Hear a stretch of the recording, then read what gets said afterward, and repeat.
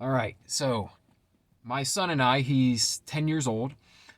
We went to see Godzilla versus Kong last night. And I'll tell you right up front, I am not a monster movie person. I've definitely seen quite a few of them growing up, and I've seen, I think, the first King Kong film, the newer one, but I haven't seen the newest Godzilla. But I figured it was safe to go see these. I don't think I was missing too much plot to be able to go ahead. And I was right. I thoroughly enjoyed this movie. And I'll tell you, it is a popcorn flick. I mean, it's what it is, it's what you expect. It's what I expected anyway. I didn't expect super deep um, plot or storytelling, and there wasn't. In fact, it was kind of. I mean, it was a little out there. It was a little out there. I'm not gonna lie to you. A lot of Hollow Earth. Like they made in this movie as if Hollow Earth was a real thing, which I was kind of surprised by. It's almost like if they made a movie and they had Flat Earth as like a reality in the film, which I actually always thought would make a really compelling movie if they did that. Like if they made it like real life is, they discover that there really is that the Earth is flat and it's a big conspiracy. Now I personally don't believe that. But I always thought it would make for an interesting story and make for an interesting screenplay. Absolutely. And awesome visuals. But that's what I got here with the Hollow Earth, right? So in this film, it's like there's a theory that there is a Hollow Earth, that under, miles of rock at the center of the Earth is this kind of inverted version of like what we have. It's like, it's like this, but it's like this almost prehistoric land that's never been, messed with by humans. And there's other creatures there that don't exist up here. And it's in the film, they discover that's where Kong is from, and that he originally came from this hollow Earth, from inside the Earth, this little civilization in there. Not civilization, I guess you would call it like habitat. I don't know what you call it. But it's basically like going to another world when they go there. There's no other humans there, but there's wildly different animal life, like reptilian things, and just all the monsters that you see in monster movies. Those kinds of things exist here, and yeah, it was cool. It was very cool. But as far as like a really deep story, that wasn't really there. It was basically, Kong and Godzilla are ancient enemies, right?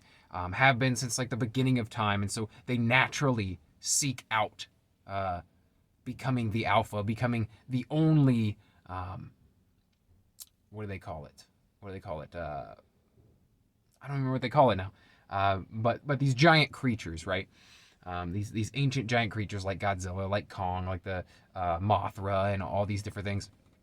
That they just seek to be the only, right? The alpha, the only one that exists. And so they need to dominate. They need to destroy each other and be the only.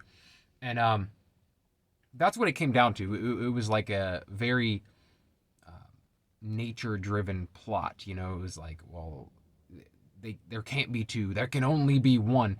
And before we saw the movie, I said to my son, he's like, "Who do you think's gonna win?" I was like, I said, I think it's a safe bet that at some point they're going to team up against another adversary. And yeah, spoilers. That's exactly what happened. And they teamed up against the Mecha Godzilla, which that was actually probably the coolest part of the film.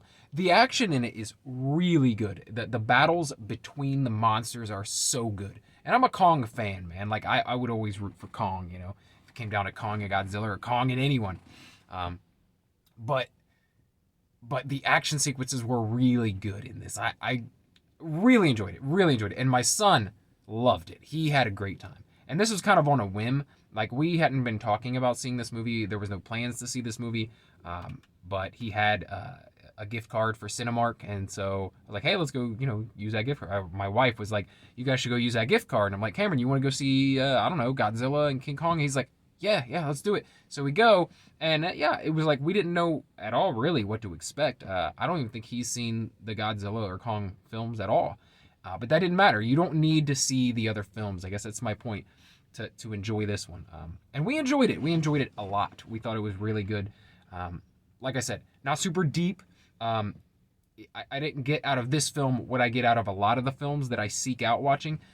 But it is a fantastic popcorn flick. A lot of action, a lot of fun. If you have kids, especially like preteen age or maybe even early teenage, I would say take them to see it because it's a lot of fun and interesting what they do with like the Hollow Earth and stuff like that. It's pretty cool.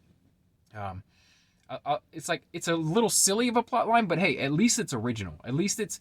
I've never seen another movie really dig into Hollow Earth. No pun intended. But I thought it was really cool that they. If you're in a world where these giant fantastic beasts, right, battling each other over top of cities, destroying cities just to have their dominance over each other, why not? Why not throw in something like the Earth is actually hollow and there's a completely different type of living situation in the center of the Earth? Why not? It's fun, right? It's original, and I liked it. It was a lot of fun. So, without saying it was really fun again, I recommend it. I recommend it. Not if you are looking for a super deep story, because that it doesn't have. But if you want to just go have a good time with your kids and watch something that's it's a little gruesome, I'm not gonna lie, but it is, giant beasts fighting each other, so not a lot of like human dismemberment and blood and stuff like that. But it's good. I recommend it for the family. It's fun. It's a lot of fun. How many times can I say that? But yeah, Godzilla versus Kong gets a thumbs up from me. Gets 2 thumbs up because my son would throw in another. He really enjoyed it. All right, if you enjoy videos like this where I talk about all kinds of things, but I try to post something daily. Every single day I try to post something I'm interested in. It's usually entertainment or pop culture related, but sometimes I dig into other things. But if that's something that interests you, getting something new and interesting in your feed every day, then please subscribe for more. Or you could favorite or follow the podcast by the same name, Daily BS. And that's basically just an audio version of what I do here. So if you do decide to stick around and subscribe to the channel or favorite or follow the podcast, then I will talk to you again tomorrow. Thanks.